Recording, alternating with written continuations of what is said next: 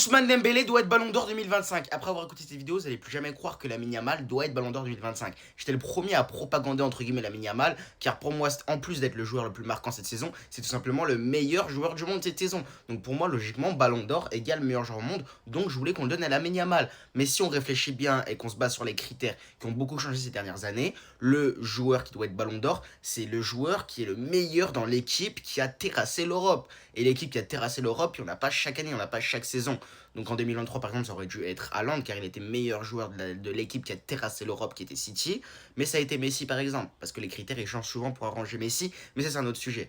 Donc là, on a Ousmane Dembélé qui a été meilleur joueur, meilleur buteur. Et en plus de ça, il était impliqué dans le jeu avec le PSG. Le PSG qui a été l'équipe qui a gagné la Ligue des Champions et qui a réalisé le triplé national, soit qui a fait un quadruplé, soit qui a fait un 4 sur 4, qui est l'équipe qui a fait la meilleure saison, tout simplement, c'est le PSG. Et donc le PSG, ils ont gagné la finale de Ligue des Champions 5-0, etc. C'est la meilleure équipe au monde. Le meilleur joueur, c'est Ousmane. En plus, Lamine Yamal, il aura largement le temps de gagner le Ballon d'Or. Si on lui donne là maintenant à 17 ans, dans 10 ans, il en a 12, en fait, en vrai. En vrai, finalement.